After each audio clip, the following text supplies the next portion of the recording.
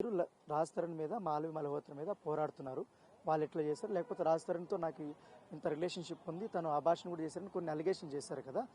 Allegation చేసిన తర్వాత మీకు సంబంధించిన కొన్ని ఫోటోలు, వీడియోలు, ఆడియోలు ఈ మధ్య బాగా సోషల్ మీడియాలో చక్కర్లు కొడుతున్నారు.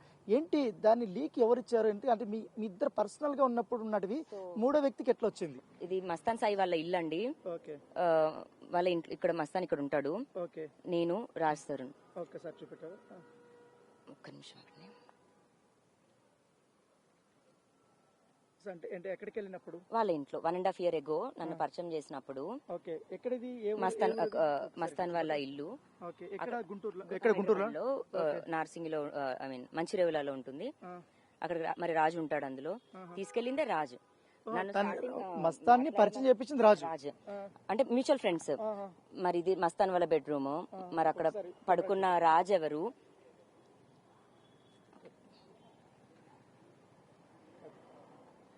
మస్తాన్ వాళ్ళ బెడ్రూమ్ అది. మరి అక్కడే పడుకున్నాను. బాగా క్లోజ్. మేమందరం కలిసి వెళ్ళాము. అండ్ ఇందులో ఇప్పుడు మీకు మ్యూచువల్ ఫ్రెండ్ అయితే ఇప్పుడు నాకు ఆడియోలు బాగా రిలీజ్ అవుతున్నాయి. దీన్ని ఎవరు రిలీజ్ చేశారని? ఎందుకంటే అది 2 recordings అండి. రాజుతో నేను మాట్లాడుతున్న రికార్డింగ్ ఏవైతే ఉందో మనం అందులో సెక్స్ ఇంటెన్స్ అదేంటి ఇంటిమెసీ అన్నవి ఉన్నది ఒక ఆడియో. మస్తాన్ తో మాట్లాడుతున్నది ఒక ఆడియో. మస్తాన్ నాతో మాట్లాడుతున్న దాంట్లోని ఆ కేరింగ్ నచ్చింది నాకు. అండ్ ఆ వాటర్ బాటిల్ పెట్టాను దగ్గర. వాటర్ బాటిల్ అనే టాపిక్ నడుస్తుంది కానీ ఇంకా ఏదో నడవట్లేదు. పోనీ సెక్స్ అన్న టాపిక్ ది అక్కడ నడవట్లేదు. అతను ఒపీనియన్ చెప్తున్నాడు. మరి దానికి నీ గుండె ఉంది అన్నది కూడా అది ఫ్లర్టింగ్ గా కూడా ఎందుకు తీసుకోవద్దండి? ఇప్పుడు ఎవరైనా పరిచయం అయ్యి ఒకరు కనెక్ట్ అయ్యారంటే ఫ్లర్టింగ్ మాట్లాడితే మ్యూచువల్ ఫ్రెండ్ కాబట్టి ఆ వేళ మీరు మాట్లాడుతున్నాం. బట్ మాట్లాడుతున్నది కూడా రాజుకి తెలుసు. ఆ రికార్డింగ్ పంపించింది కూడా రాజుకి. ఇవన్నీ మీరు పంపించాను. ఇప్పుడు అది ఎట్లా బయటకు వచ్చింది? అది మీ ఇద్దరి మధ్య రాజ్ దగ్గర ఏంటి ఈ లీక్స్ అన్ని రాస్తారు నుంచి శేఖర్ భాషకి ఇచ్చాడండి. 100% అది. అయితే నాకు ఒకటి అర్థం కావట్లేదు. ఇప్పుడు మీకు మాల్వీకి రాజ్ తరుణ్కి ఇంకొకరికి కొట్లాట ఉంది, సరిపోయింది. లేకపోతే మస్తాన్ సాయి పేరు వస్తుంది. మీరు మధ్యలో ఈ శేఖర్ భాష క్యారెక్టర్ ఏంటి నాకు అర్థం కావట్లేదు. ఇప్పుడు రాజ్ అని అతను బయటకు వచ్చి చెప్పాలండి. ఇప్పుడు ఏమి తప్పు చేయని వ్యక్తి ఎందుకు పారిపోతాడు? ఇవాళ నన్ను చూసి పారిపోవాల్సిన అవసరం ఏంటి? నేను చంపడానికి వచ్చానా? నా దగ్గర కత్తులు ఉన్నాయా? నేను అతను ఎలా సాఫ్ట్ పర్సన్ అంటున్నాడో నేను కూడా సాఫ్ట్ పర్సన్. ఇంకా నేను వెజిటేరియన్ అండి. ఒక జంతువుని కూడా చంపాను నేను. అలాంటి మనిషిని నన్ను ఏదో హీనంగా చూపించి ఏదో భయం అన్నట్టుగా చూపిస్తున్నాడు. తప్పు చేసినోడికి భయం ఉంటదండి. పారిపోతున్నాడు అంటే తను తప్పు ఉంది. ఇప్పుడు రేపు యాంటిసిపేటరీ బెయిల్లో ఏదో తీసుకొని వచ్చి రేపు నా దగ్గర ప్రూఫ్స్ ఉన్నాయని తొక్క చూపెట్టడం కాదు. ఈ రోజు అతను నుంచొని మాట్లాడమనండి. ఒక పవర్ ఉన్నప్పుడు పోలీసుల దగ్గర కూడా అతన్ని మరి ఎందుకు పట్టుకోవట్లేదు, ఎందుకు తీసుకురావట్లేదు నాకు తెలియదు. అతన్ని తీసుకురావాలి, అతన్ని సమాధానం చెప్పించాలి. అంటే ఇప్పుడు పోలీసులు మీరు మళ్ళీ ఏమైనా కలిసారా? కంప్లైంట్ ఇచ్చిన తర్వాత ఏమన్నా డిస్కషన్ చేశారా? మేము వాళ్ళ దగ్గర స్టేట్మెంట్ రికార్డ్ ఏమైనా చేశారా? చేశారండి. అండ్ నేను మీకు నా మెడికల్స్ రిపోర్ట్స్ కూడా చూపిస్తాను.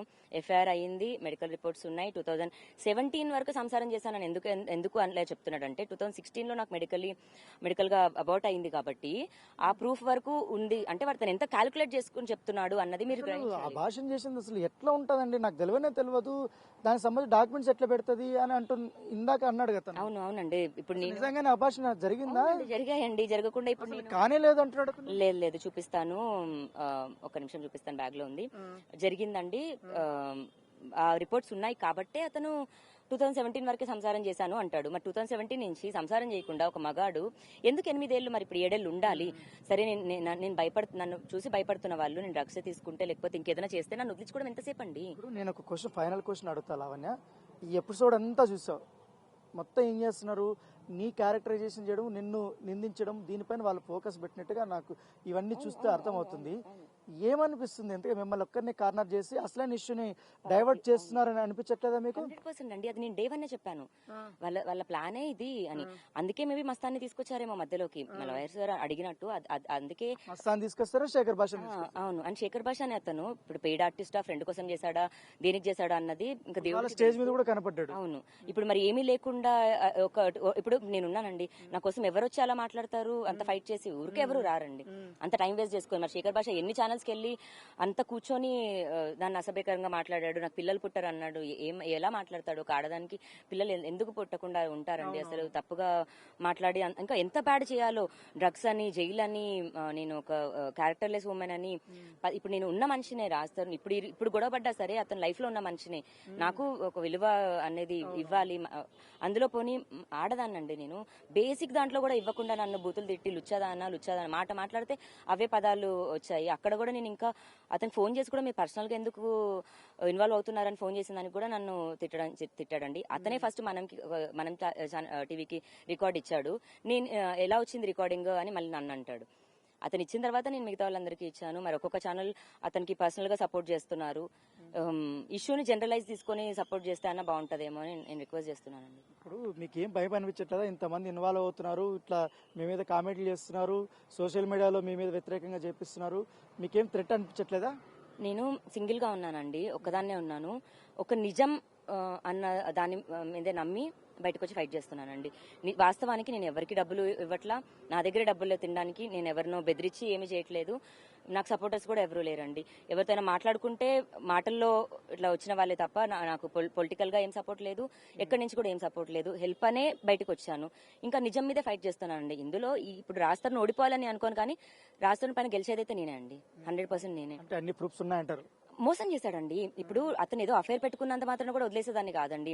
ఉన్నాయి అఫేర్స్, ఒక రోజు కొట్టుకున్నాం, ఏడ్చుకున్నా, నార్మల్ అయిపోయే వాళ్ళం. అతనికి ఇప్పుడు దాకా ప్రపంచంలో ఇష్టమైంది తన మొత్తంలో కెరియర్ లో సినిమానే మాటే వస్తే ఆ సినిమాని కూడా వదిలేసి మాల్వితో ఉంటున్నాడండి. అక్కడ నేను ఏం చేస్తున్నావు రాజు, ఎందుకంటే రాజు ఒక్కడి కలే కాదు, వెనకున్న నాది కూడా అతని సినిమా అన్నది. అతను అలా చూసుకుంటూ బతికిన మనిషినండి నేను.